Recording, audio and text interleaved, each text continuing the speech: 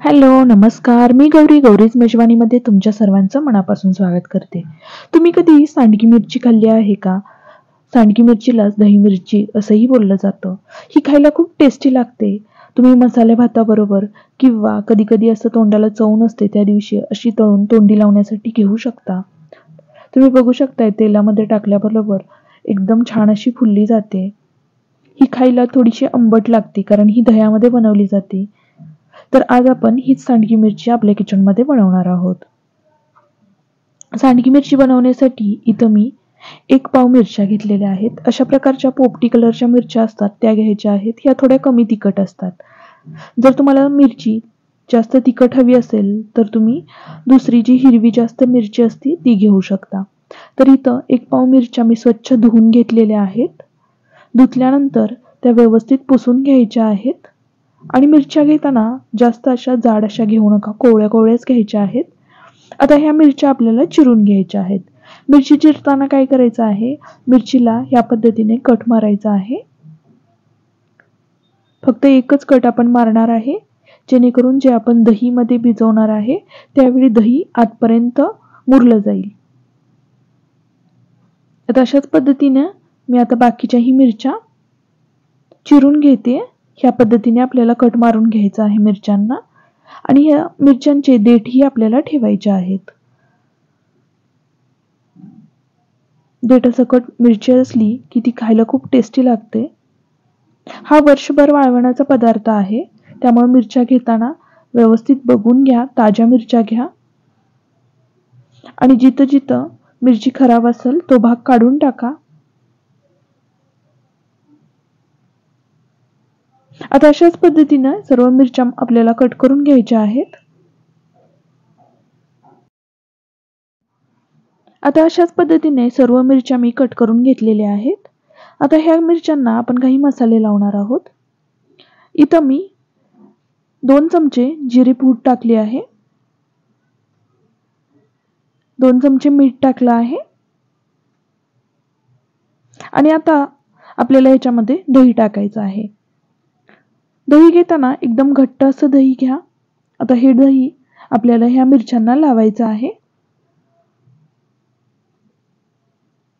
ज्यावेळी तुम्ही सांडगी मिरची बनवाल त्यामध्ये जिरा पूडचा वापर करा.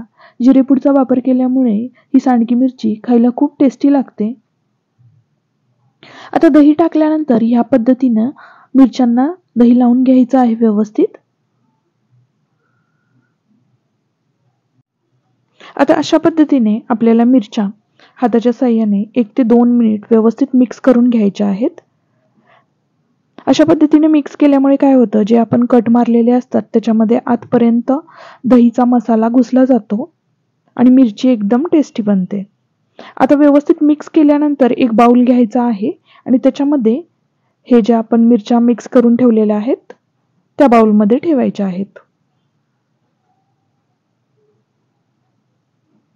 आता हा बाउल 1 ते 2 दिवसासाठी आपल्याला असंच ठेवायचा आहे. रोज एकदा आपल्याला ह्या मिरच्या हलवायच्या आहेत. आता 2 दिवस हा बाउल मी ठेवला होता. तुम्ही बघू शकताय दह्याला पाणीही सुटलं गेलं आहे आणि मिरच्याही एकदम व्यवस्थित अशा मुरल्या गेल्या आहेत. आता 2 दिवसानंतर आज आपण ह्या मिरच्या सुकण्यासाठी ठेवणार आहोत. तर उन्हामध्ये प्लास्टिकचा पेपर अंतरायचा आहे आणि त्याच्यावरती अशा पद्धतीने मिरच्या पसरवून टाकायच्या आहेत. कडक उन्हामध्ये ह्या मिरच्या आपल्याला वाळवायच्या आहेत. आता हे जे उरलेलं दही आहे हे असंच आपण ठेवणार आहोत आणि 4 ते 5 तासाने ज्यावेळी मिरच्या सुकतील त्यावेळी पुन्हा एकदा ह्या मिरच्यांना आपण दह्यामध्ये बुडवून पुन्हा सुकायला टाकणार आहोत. आता मिरच्या सुकल्या गेल्या होत्या. आता पुन्हा मी या मिरच्यांना दह्यामध्ये बुडवून टाकणार आहे. तर अशा पद्धतीने दह्यामध्ये पुन्हा आपल्याला बुडवायच्या आहेत आणि पुन्हा हे सुकायला टाकायचे आहेत. अशा पद्धतीने टाकला गेलं की मसाला व्यवस्थित लागला जातो मिरच्यांना आणि मिरच्या खायला खूप टेस्टी बनतात. आता ह्या दह्यात बुडवून घेतलेल्या मिरच्या पुन्हा आपल्याला व्यवस्थित सुकवून घ्यायच्या आहेत. तर ह्या मिरच्या सुकण्यासाठी 2 दिवस लागतात. आता उन्हामध्ये दिवसभर मी ह्या मिरच्या वाळवणार आहे आणि दुसऱ्या दिवशीही ह्या एकदम खडखडीत अशा वाळवून घेणार आहे. मगच ह्या मिरच्या तळण्यासाठी तयार होतात. आता 4-5 तासांनी तुम्ही बघू शकताय मिरच्या सुकायला लागलेल्या आहेत. आता 2 दिवस वाळवल्यानंतर तुम्ही बघू शकताय ह्या पद्धतीने मिरच्या बनून तयार होतात. खायलाही खूप टेस्टी लागतात. ही रेसिपी तुम्ही नक्की ट्राय करून बघा आणि कशी झाली हे कमेंट करून मला नक्की सांगा. आजची रेसिपी तुम्हाला थोडी जरी आवडली असेल तर आपल्या चॅनलला सबस्क्राईब करायला विसरू नका. भेटूया पुढच्या व्हिडिओमध्ये अशीच एक छानशी रेसिपी घेऊन. तोपर्यंत बाय.